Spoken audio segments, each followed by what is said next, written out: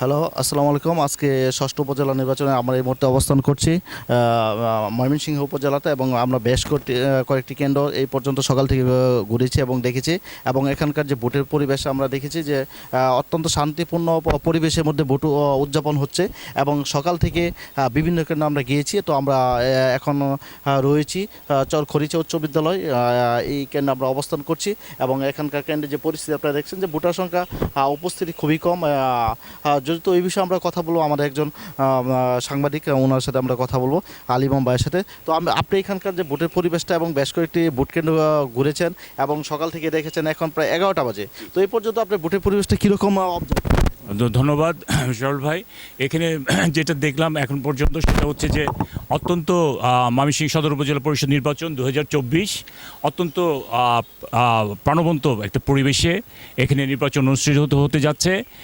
এবং ভোটার উপস্থিতি অত্যন্ত আমার মনে হচ্ছে যে ভোটার উপস্থিতি অনেক ভালো, এবং সময় যতই মানে বেরিয়ে যাচ্ছে ভোটারদের আগমনও মানে বাড়ছে।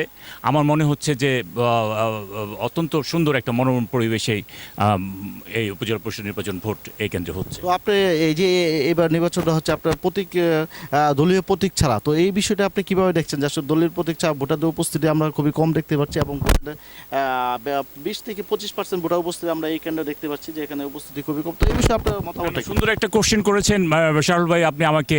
সেটা হচ্ছে এখানে ভোটার যে প্রতীকের যে ব্যাপারটা আপনি উল্লেখ করেছেন, সেটা হচ্ছে এখানে যার জনপ্রিয়তা, আমি মনে করি জনপ্রিয়তা যার বেশি, ফ্রি অ্যান্ড ফেয়ার, যেহেতু ফ্রি অ্যান্ড ফেয়ার ইলেকশন হচ্ছে, যার জনপ্রিয়তা বেশি সেই বের হয়ে যাবে।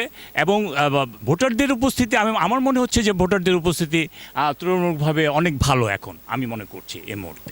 ওকে, ধন্যবাদ আপনাকে। তো এই ছিল আমাদের